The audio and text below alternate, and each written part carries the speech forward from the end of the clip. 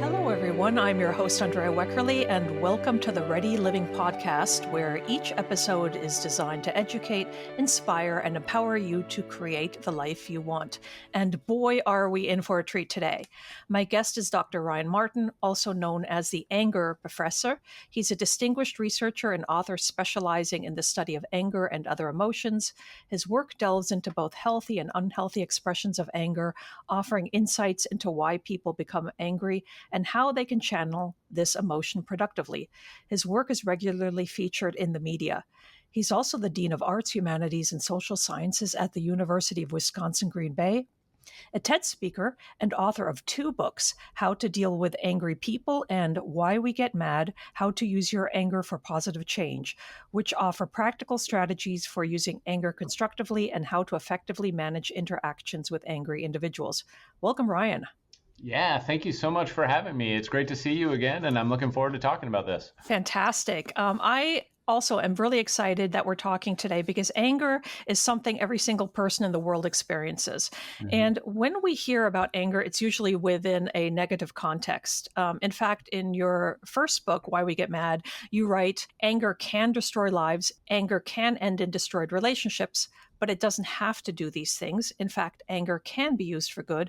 Anger can motivate people to solve problems or to create art and write literature. What matters most is not necessarily how mad you are, but what you do with that anger. In other words, anger can also be a powerful force for good, as the subtitle points out. Yet at the beginning, you also say that you routinely find that people do not know or understand what anger is. So while later on we're going to talk a little bit about the positive effects of anger, I first want to create an understanding of what anger actually is. Yeah, so, I think a lot of times what people think is that anger is that outward expression, right? The yelling, the screaming, the swearing, the physical aggression that can sometimes happen. And that is, of course, related to anger. But what anger is purely just the emotional response. It is, and so to even break it down further than that, let's define what an emotional response is. It's, basically this psychological experience that includes a physiological arousal. It includes the thoughts you have in that particular moment, and then it involves what sometimes people refer to as behaviors. I'm actually going to call them, just to get really scientific, action tendencies. And why I like that phrasing is that action tendency says there are things you want to do, right? There's a tendency to engage in these behaviors, but you don't have to. And I think that's really important when we think about anger. So as an emotion, how do those 3 things kind of manifest themselves? So the physiological arousal is usually pretty obvious to people. That's the heart rate increasing, the muscle tension. It's that fight or flight system, your sympathetic nervous system kicking in, and you getting you feeling all of those things. Mm-hmm. Then there's the thoughts, and typically when we're angry, we have thoughts connected to fairness or injustice. We have thoughts connected to like they shouldn't have done that. Maybe thoughts related to revenge. So it's these thoughts of having been wronged or harmed, or had your goals blocked in some way. And then the action tendency, and this is, I think, why some people get a little bit confused. The action tendency is the desire to lash out. Typically, in fact, in a lot of ways, you could define anger as the emotional desire to lash out, or to lash out. That's really interesting. But I think the key is you don't have to do that. And oftentimes, maybe even the majority of time, when people are angry, they don't. Right? When people get angry, they hold it in, they channel it into other things, and so on. So you described anger, and you also say somewhere in your work that it's not secondary to other things or other emotions. Can you explain a little bit what you mean by that? Because we often associate anger with, I don't know, frustration or sadness or who knows what. But you're saying we really need to think about all of that a little bit differently. Yeah, I think it's important to note that anger. So I think where some people get a little bit, where I disagree with a lot of people out there, is that people will say anger is a secondary emotion. And that it's always when people are angry, they're really scared, they're really sad, or they're really feeling something else. And I guess the way I would describe it is that it can be a secondary emotion, but it isn't always a secondary emotion. And um, what I mean by that is there are times when your anger is rooted in feeling sad or feeling hurt or feeling scared. But there are also times where your anger is simply rooted in uh, you having experienced an injustice, or you having been treated poorly, or you having your goals blocked. And if I could take it even a step further, one of the reasons this bugs me, this belief of anger as always being secondary, is it actually feels really minimizing to people who are angry. That there are people who experience legitimate injustice, and for us to tell them, well, no, you're just sad or you're just hurt, that actually feels really minimizing to people who have experienced that injustice, where anger is a totally appropriate emotion and a totally appropriate emotional response. No, that's fascinating. And I do want to touch on injustice a little bit later in our Mm-hmm. conversation. That's really good. But I want to just tap into briefly what you call the why we get mad model in your work. Mm-hmm. And it has four components, I believe. Can you walk us through that? And then also combine that with how anger might be directed at another person or a situation or oneself, if it differs in how the model is applied.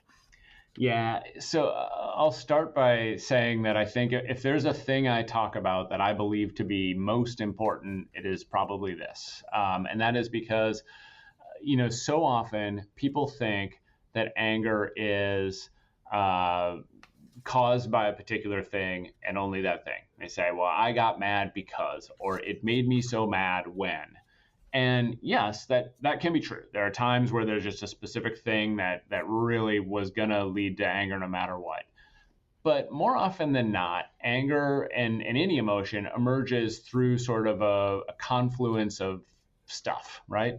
And starting with some sort of precipitant, some sort of what we might call a trigger or a provocation or something like that. It's a thing that happens. And I'm going to, for me, I'll just use the example like I'm driving to work and I'm running a little bit late and I'm coming up on a yellow light and I think to myself, I can make it through that light. That's no problem. And then the car in front of me decides to stop for the light, even though from my perspective, they didn't need to, right? So that's the precipitant. It's a thing that happened and I get angry about it.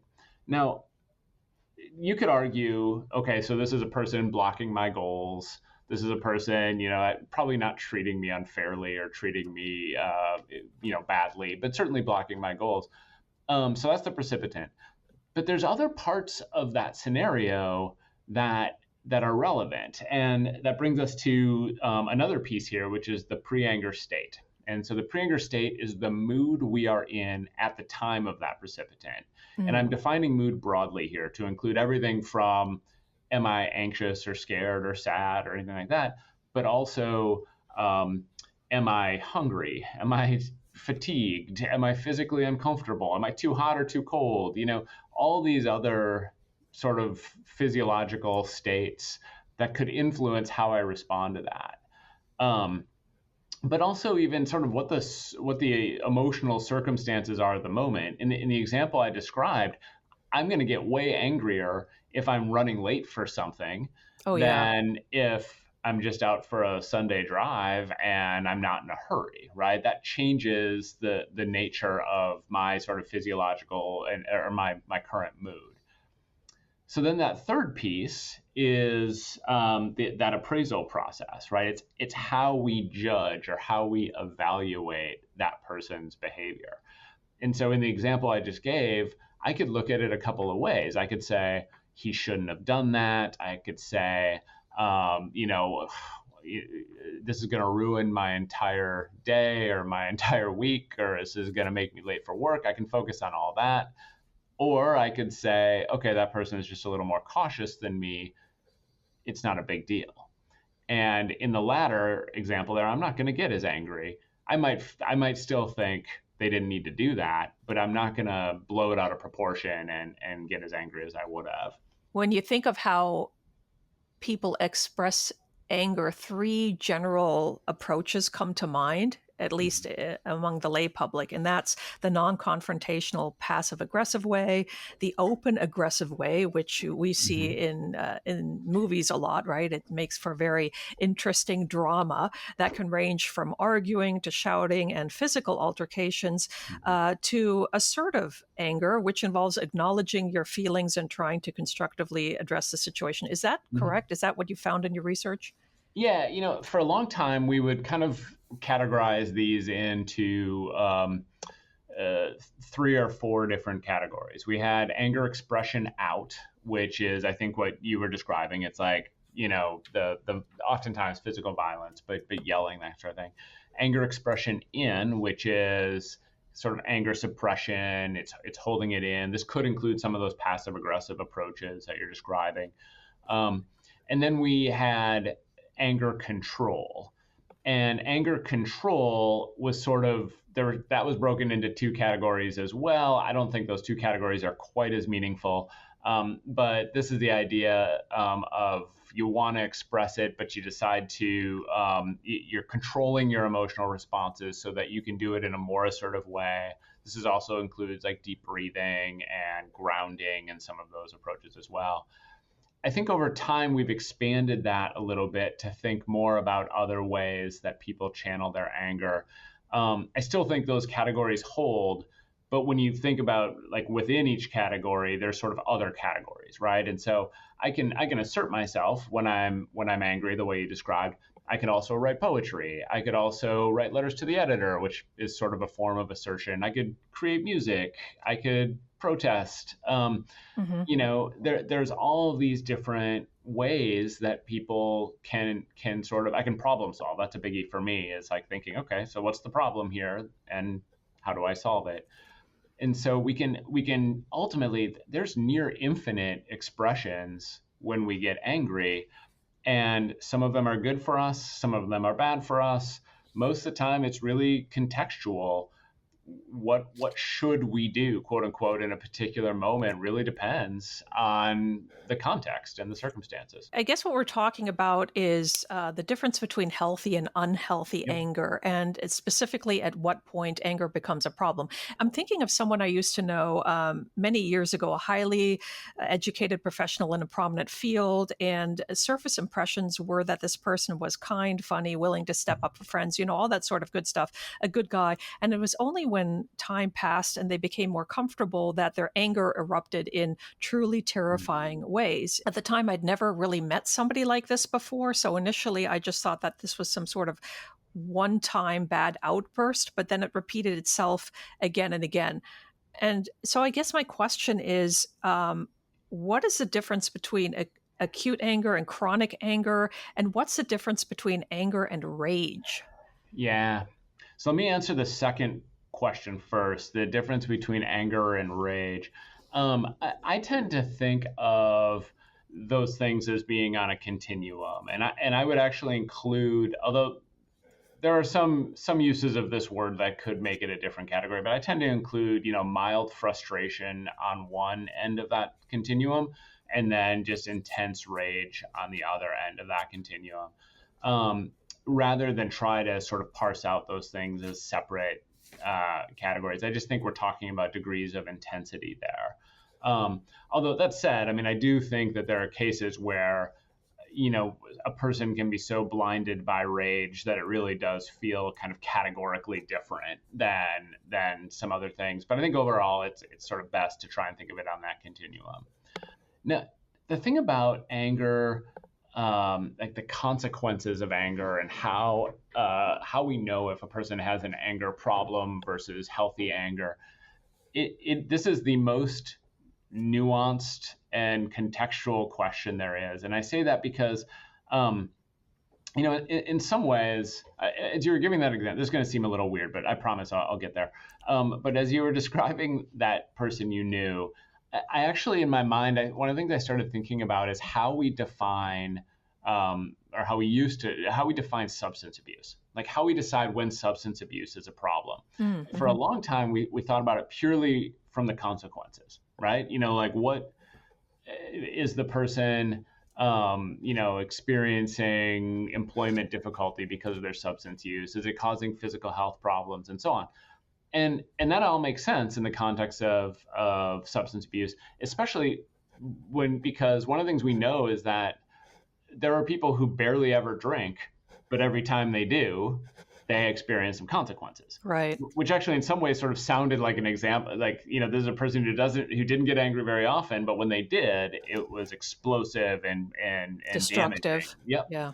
And so it isn't necessarily a frequency issue. It isn't necessarily like how often it happens. It's the intensity of it when it happens. So here's what makes this really complicated is what I tend to think about is, what are the consequences of your anger? Meaning, and I think about those things broadly. So does it lead to problems on the road, as we've been talking about it? Does it lead to interpersonal relationship problems like physical fights or verbal fights or just damaged relationships and all the ways that can happen? Does it lead to substance abuse or overeating or other poor coping strategies? Does it lead to other negative emotions like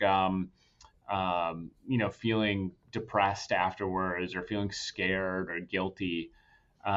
Does it lead to property damage or I can't remember if I said physical health problems, but physical health problems, right? Does it lead to those types of things? And if it does, well then yeah, you've got an anger problem. Here's what here's what makes this complicated and a little bit nuanced though, is that we know that anger can serve some people better than others. And what I mean is, so we've got all sorts of data that says white men who express their anger see positive outcomes. They're seen as more confident, they're seen as more competent, they're seen as better leaders. We know that women who express the exact same anger in the exact same way experience consequences as a result of that. They are seen as less confident. They're seen as less competent. They're seen as worse leaders. We also know that's true for other marginalized groups, right? Black men and Black women are more likely to experience consequences. So sometimes those consequences are not the fault of the angry person. They are the fault of the system that person lives in, the environment that person is experiencing. Right. So it's oftentimes a little bit unfair to say that you are that these consequences reflect the fact that you have an anger problem, because it might be that person has an environment problem. Yeah, no, I'm so glad you mentioned that because we see that expressed every single day in business, as you mentioned, Yep. in our local communities. It doesn't even matter where it is in politics. I mean, you name it, in the media. This double standard that looks at the group or the identity of Mm-hmm. somebody and then interprets their behavior based on what group they belong to or what Yep. they perceive to be versus purely based on the behavior. So it's a Right. lot of that really is unfair. But let's say somebody is interested and they're not somebody who's completely off the deep end and suffering enormous problems because of their anger, but they want to learn how to manage this a little bit more effectively.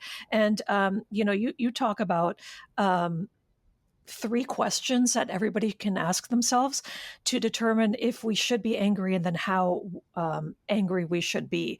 And I think those are somewhere along the lines of, was I treated poorly, unfairly, or otherwise wrong?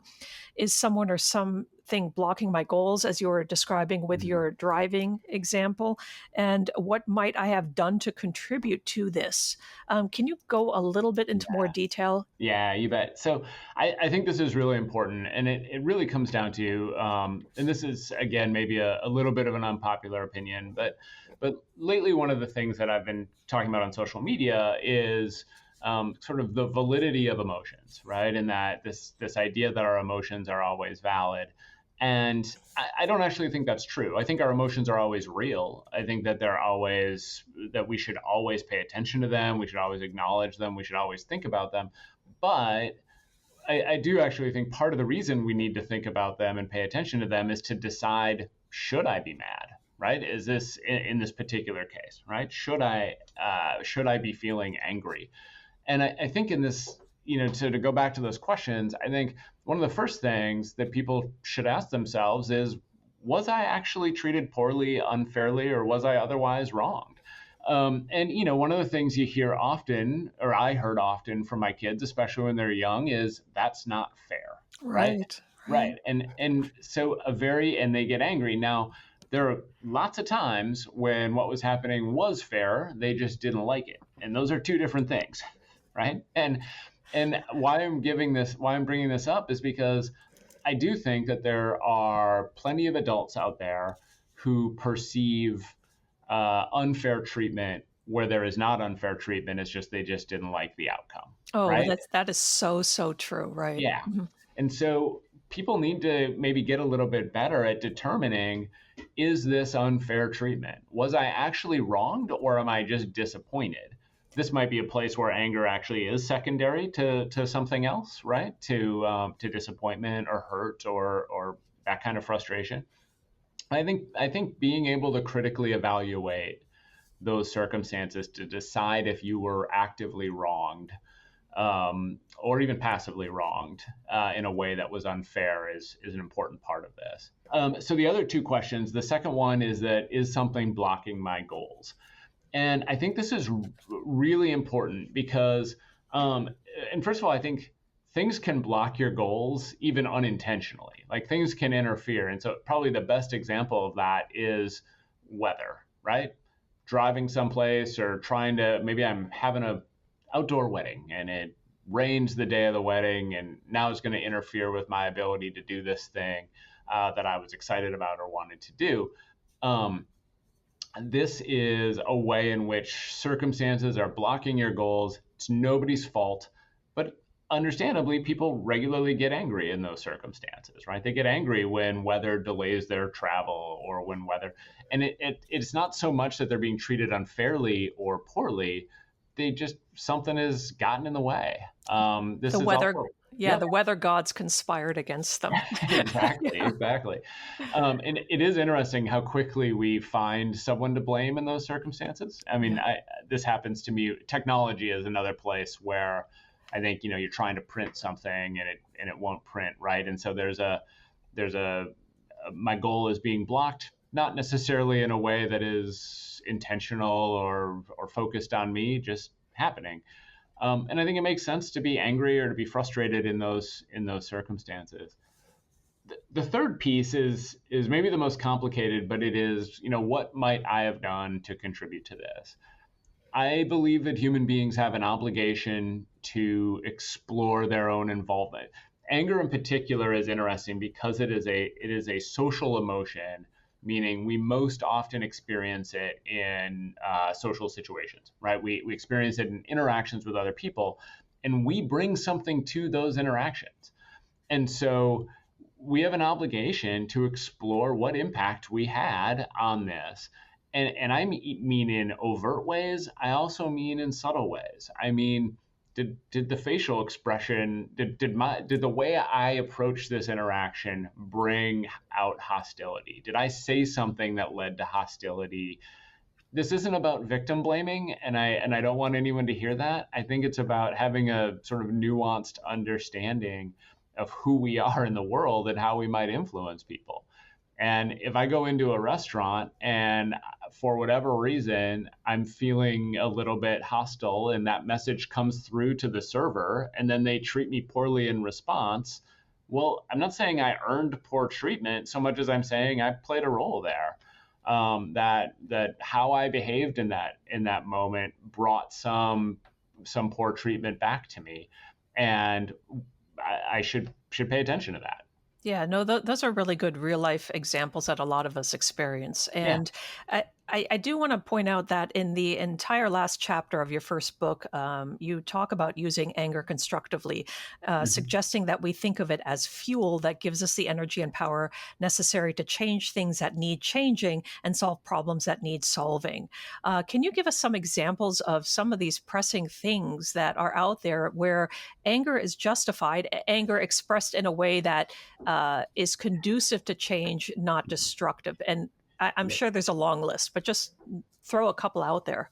Yeah. So, I guess the thing that I think is really important for people to, and this is where that context matters so much, is, ultimately when you're angry, one of the reasons you're angry is because there's some sort of problem in your life, or some sort of, and I'm defining problem broadly, like something has gone wrong. And so, a way of thinking about this is thinking about, okay, so how can I channel my anger into solving that problem? Now, that problem can be really small, really simple. Um, I use the printer example. If this is happening to you regularly, well, fix your printer, right? I mean, that's a that's a Right, way right, of right. channeling that anger into this frustrating thing. Or these problems can be huge, right? One of the things that I'm hearing a lot, especially from young people right now, is that there's a great deal of sadness and fear and anger over climate change, and real intense feelings of frustration there. And so now it is not possible for an individual to solve that crisis, but individuals can play a role in solving that crisis. And so potentially channeling anger into things like that can be really, really can be a valuable way of handling it. We talked about some of the gender differences or group Mhm. differences in how people can express anger. But I want to specifically talk about the cultural acceptance of anger, namely, whether anger is accepted more in some cultures compared to others, and related to that, whether certain expressions of anger by some cultures or subgroups Mhm. are viewed differently. It's really interesting. One of the ways to think about this is the degree to which a culture or a community sort of values group or cohesion, right? So the degree to which people are comfortable expressing particular emotions really is rooted in part in the degree to which a culture sort of accepts the idea, or sometimes there's this thing of well, a culture, and this could be true of subgroups as well, is, well, do we suppress the emotion for the good of the group, right? Meaning we want to maintain group harmony, and maintaining group harmony might mean that person A or B needs to suppress their feelings of anger, suppress their feelings of sadness for the good of the group. Now, you see that sometimes in cultures that have more of a sort of collective identity versus more of an individual, that value more individualism. And the United States has a tendency to really value individual freedom and individual identity, and so you're more likely to see some of those outward expressions of emotions, particularly anger here, than you would be in some other cultures. And that's going to, even within the United States or within a culture, there's going to be different norms around that, right? So this is where, and I'm not familiar with any research that's looked at this, these types of differences, but you might see particular regions of the country where particular types of anger expression are more welcome than elsewhere, and it's rooted in a lot of different phenomena. But one of them is that sort of collectivism versus individualism. Yeah, definitely. And we touched on the idea of our values and our beliefs and how they impact Mhm. what we view as something that justifies our anger.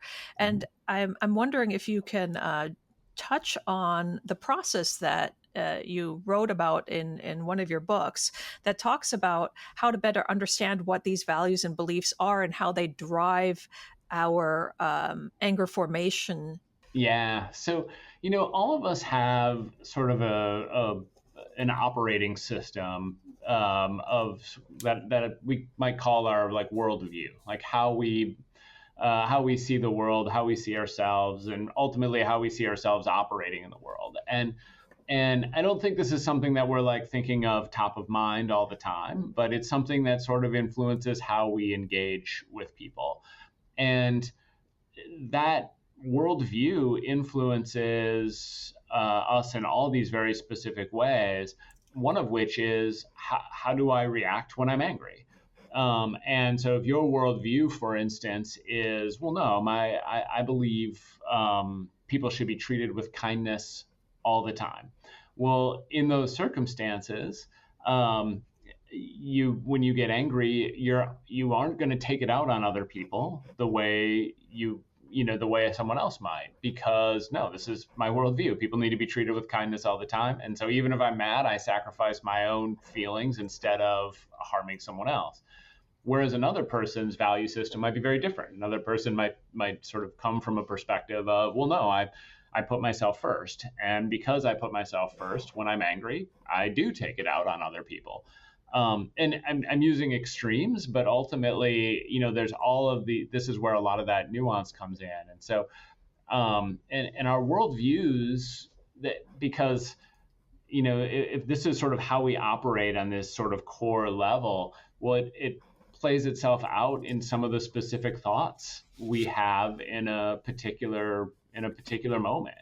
If we put ourselves first in most circumstances, well, then in that example I gave earlier, where I was, a car slowed me down, well, I might gravitate towards hostility towards that person because their action slowed me down, and now I'm upset. If I gravitate towards kindness, well, then my interpretation of what happened might be much more positive, might be much more sort of understanding. So, we started this by talking about beliefs and values, and it seems like we're now talking a little bit about temperament, right? So, are some people more inclined to be angry than others based on temperament? Is this a question of innate qualities, or is it a question of upbringing or prior negative experiences, or what? Yeah, it's a little bit of both, and so I think that temperament is one of those words that I think has a very specific meaning in psychology that oftentimes refers to newborns or young children, but I think as we're defining it here, we're talking more about just sort of personality style and Right. how, and I think that from a personality perspective, there are people who have a quote unquote angry personality, right? That are just angrier than other people. Um, and we've this has been found in a number of different studies. They get angry more frequently. They find more mild provocations to be more provoking. So their anger is more intense, and they're actually more likely to express that anger in like hostile, aggressive ways.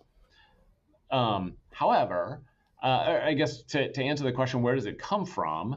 What we see is a couple different places. Like anything, it's a combination of some genetic predispositions, right? It's a combination of, I mean, anger does tend to quote unquote run in families, and that's even found to be true when we look at like adoption studies or twin studies, so that we're able to tease out some of the upbringing side.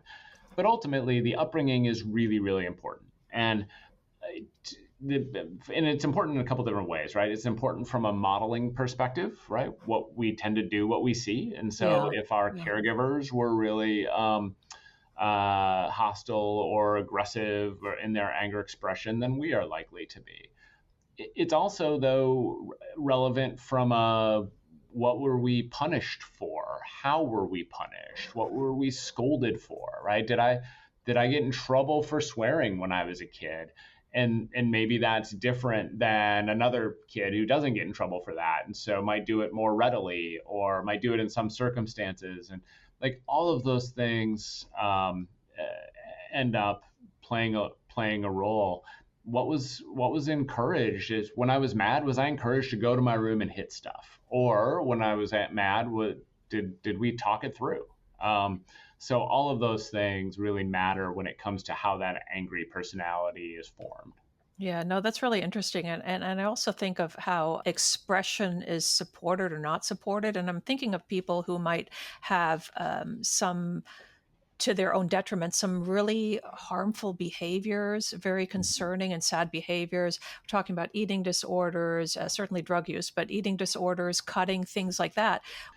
Those types of behaviors that you're describing have a host of emotional correlates, right? That they come from a lot of different places. And so, like, we'll just use, um, self harm or cutting as an example, right? I mean, that is rooted in deep sadness. It's rooted in real intense anger. It's rooted in feeling misunderstood or even hopeless and helpless and all these things.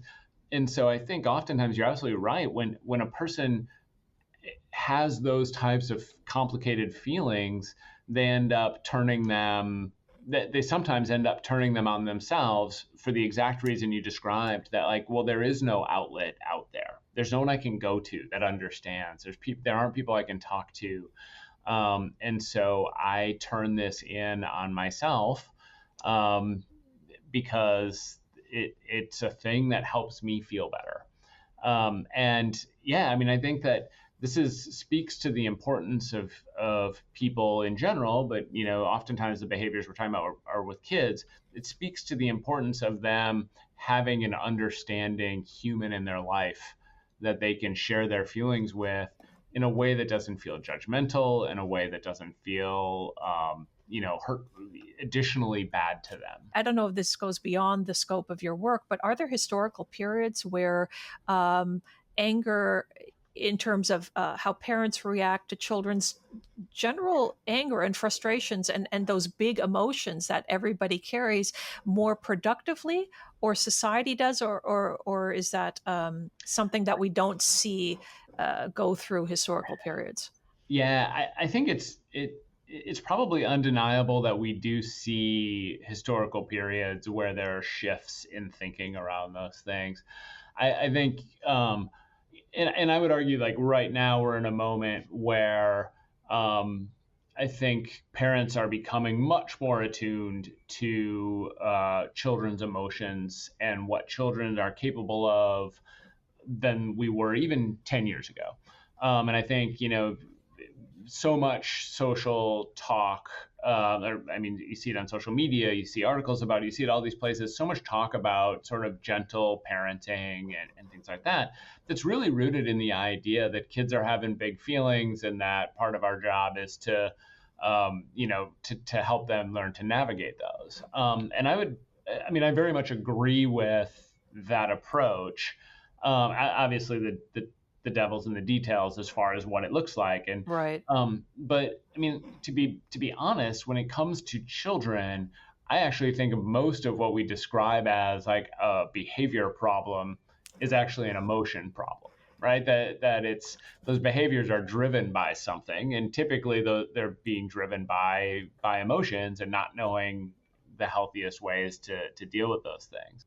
Let's assume that somebody is feeling a lot of anger, and they're concerned about that. At what point should they sit there and say, well, wait a minute, maybe I want to go to therapy because of it? And then you're probably going to say, it depends on what type of anger, how it's Yeah. expressed and so forth. But how are they going to know when is the right time to pursue therapy? Yeah, I think that's where I would start, is to say, look, if you are experiencing anger that feels detrimental to you or to your loved ones, and with anger, that's a particular important caveat. I'm going to even take a moment to say about that. You have to be aware of the fact that your anger might be affecting your loved ones in ways that you don't even realize. And what I think is really important there is, a lot of times I'll hear from angry people who will say, well, I never take it out on them. I never yell at my kids. I never yell at my spouse. And that's great. But if they hear you yell, especially your kids, it's still scary to them, right? I mean, if you're angry a lot, it might be causing a rift in your relationship with your children or with your spouse, because because they find that anger frightening, even if that anger isn't directed at them. Or they might frankly find it unsafe, right? They might find it scary because, hey, you could get in a fight with someone. So or you could, have a problem on the road. And so I think that's something to be thinking about. So if you're having problems connected to your anger, then I think and you haven't been successful in dealing with those problems on your own. And that's a little bit, in some ways, that doesn't necessarily matter, because from my perspective, if you want therapy and you can afford therapy and therapy is accessible to you, then why not go? Oh Right. yeah, And then definitely. the therapist can tell you how much you need. That's an important thing to think about. Um, I think that how you can kind of help make that decision for yourself is a question about sort of, what have I tried, what has worked, what hasn't worked, how can I hear people oftentimes say, well, part of the reason that they go to therapy is because they otherwise didn't necessarily know where to start. That they thought, I have this anger problem. I haven't really tried to solve it on my own, and that's because I don't really know what to do. And so therapy might be a good option for someone like that. As far as the types of therapy that I would focus on, I personally, I tend to come from a cognitive behavioral school of thought. That is really what my first book in particular is rooted in, is this idea that our thoughts are influencing our feelings. And so we need to pay attention to the thoughts we're having. All the worldview stuff we've been talking about is really rooted in that. That tends to be what I support. I will tell people to be really, really careful from the perspective that a thing that therapists advocate quite a bit, is that does not work and that we have no data to support, is catharsis, Oh meaning yeah. the outward physical expression of anger as a way of, quote unquote, releasing rage. And so if you've got a therapist who's saying, hey, go punch a punching bag, or go punch a pillow, or tear up phone books, or go to a rage room, that's probably not someone you should either keep seeing, or you may want to, I don't know how you want to handle that, but those approaches don't work, and you should find other ways. And I can unpack that further if you want, but those approaches aren't healthy. So about I don't know, a year ago, I took down a loft from my son's bedroom. Right, he had a loft in there, and he'd kind of outgrown it. So we took it down, and that meant we had a bunch of lumber we had to get rid of, and so I took a load to the dump. And here I am, the anger researcher who's long said, rage rooms are bad, don't do that. And at one point, I just took like a board and I threw it as far as I could. And I will admit, for a moment, I had this moment where I was like, that was deeply satisfying. Right? That felt really good. Like to in a sort of consequence-free environment, just do something a little bit destructive. And the thing is, so I get it. I understand why people like going to rage rooms. I understand why people are interested in that. I've actually had some people, when I've talked about this on social media, I've had a few people reach out to me and say, is it okay if I just go because it's fun? And, it's not for me. Like I will be honest, that I find there's something, I find something kind of gross about them, like the destruction of stuff. It just Right. feels If, like, if if yeah, that's the one thing you like to do, and that's the biggest fun, it's like yeah, destroying or taking things down, maybe you yeah, should talk to a right. therapist about some of Yeah. the underlying motivations there. Yeah, exactly. I mean, to me, it's like, in a world that is already, we're overproducing, like it's kind of gross. But that said, that is different. It is different to say, hey, I do this because it's kind of fun sometimes. That's different than saying I do this to work out my anger, and this is how I work out my anger. The former, I don't know, the former probably isn't great for you either if you do it too often, but the latter is definitely destructive. There was a running kind of joke, sort of half joke in my family, of the quote unquote Martin temper, which was that the people in my family, especially the males in my family, were quick to get angry. And that started with my dad, who as I mentioned in the book, was a really angry guy. Um, and interesting, kind of in the example I used before, didn't regularly get angry with me, and but would be likely to snap at, say, a waiter or a waitress or another driver or something like that. And he was angry from that perspective. Sounds like he was also, I didn't know him in this context, but really like pretty angry at work too. And I think that definitely did serve as one of the things that got me really interested in that. I grew up with this emotion, and I think one of the things that I found really interesting about it is that despite this emotion being sort of omnipresent in my childhood and in my family, there was no lack of love there, right? Like we were a very loving family. I have great relationships with my siblings and my mom. Like we're all really close. And so it wasn't in fact, the anger was very rarely taken out on each other. So I think sometimes when people hear me talk about that, they assume that my childhood was in some way unpleasant, and that isn't really the case. It was just that this emotion was sort of regular and present. The other thing I would say is that when I did as a kid suffer some consequences as a result of my anger. That I was not a very good student. I was a pretty emotional kid when I was in high school in particular. Easily frustrated, easily hurt, in ways that I do think that I every now and then sort of suffered some consequences because of that. I also, when I was in college, I worked at a shelter for at-risk kids, and now I preface this by saying these kids had a great deal to be angry about, and I understand where this anger came from for so Yeah. many of them. Hmm.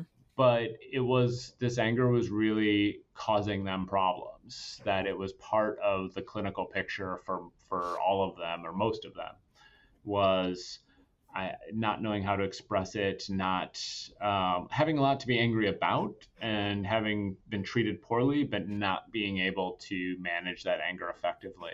And so when I went to graduate school, it was kind of all of those different things coming together to say, well, this is something I want to spend some more time thinking about. Yeah, so you mentioned your family, and so I'm thinking in a family where anger is intertwined with love, Mm-hmm. how do people separate those two and try to avoid ending up with somebody who has a tendency towards being angry a lot because that's what Mm-hmm. they're used to? Right. Yeah, I mean, some of this kind of dovetails into some relationship areas that I know a little bit less about. But I'll just say, I think one of the things that's really important in relationships of any kind is that people are able to communicate with each other effectively and in a way that people are receptive to. And there are relationships where those dynamics can play out really well, even when there's anger expressed, because that's what people are comfortable with, whether that's how they grew up or whatever. Um, I think that I think the other side of it too is people being able to adjust when that communication style isn't working, right? So if a person can say, hey, you know what, you snap at me and it makes me shut down, or I shut down after that, that the person can hear that and can make adjustments. I think that's another piece of this as well. And too often, I think there's sort of two parts of this. One is too often that those communication styles don't match, but then the second problem is they don't match and neither person can really adjust to try and communicate more effectively. If there was a thing that I want for everyone that's even broader than just um, than just anger, is for people to have that sort of emotional literacy, right? So how do I understand emotions in the world? How do I recognize the way in which my emotions connect to the emotions of someone else, the way they influence my behavior, the way that then influences other people's behavior toward me? This is a complicated and really nuanced, thoughtful thing that a lot of times people just don't pay attention to or haven't really been taught to pay attention to. Yeah, and that's why I find your work so important, and I hope as many people as possible listen to this podcast. And that's why I want people to know how they can follow your work and how Mhm. they can read your books, your two books out there. Yeah, so I do. I have two books that are available wherever you buy your books. You mentioned them earlier, but it's Why We Get Mad and How to Deal with Angry People. Those two. There's actually a third on the way called Emotion Hacks, but not sure when it'll be out. But a little bit broader than anger this time around. Um, the other thing that people can do is follow me on social media. I'm on. I'm pretty much in all of the places. It's at Anger Professor. TikTok, Instagram, those are my two biggest, but also, Facebook, Threads, LinkedIn, all the different spots. I feel like I forgot some there as I was talking through it, but I can't remember. I am on Yeah, Twitter, but I don't spend a ton of time on Twitter. yeah. So you really are all over the place. Yeah, Yeah, I try to be. that's fantastic. And to all the listeners out there, if you enjoyed today's conversation with Dr. Ryan Martin and want to know when new episodes of the Ready Living podcast are released, send an email with the subject line podcast to team@readywhenstuffhappens.com, and I'll make sure you're notified the minute they're available. And finally, Ryan, thank you so very much for being here today. Thanks so much for having me. And I love the idea of this podcast, by the way. I think it's a great concept. And so this is really cool. And I'm really thankful to have had the chance to talk with you.